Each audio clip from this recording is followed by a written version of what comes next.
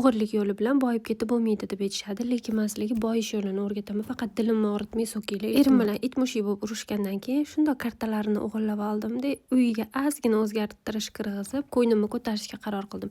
Esinglarda bo'lsa, shu burchagimda so'nggi gullar turardi.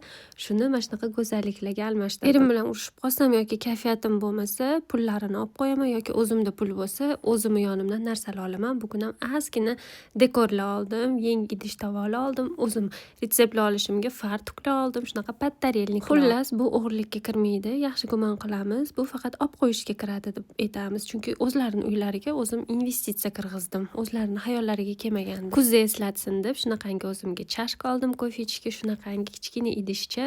Bu bo'lsa fartuk. Buni rosa sevdim. Har xil ranglari bor edi. Bu chashkani shunaqa sevdim, qizlar, shunaqangi udobniy ekan. Maza qilib kofe ichishga o'zimga kofe ham tayyorlab oldim.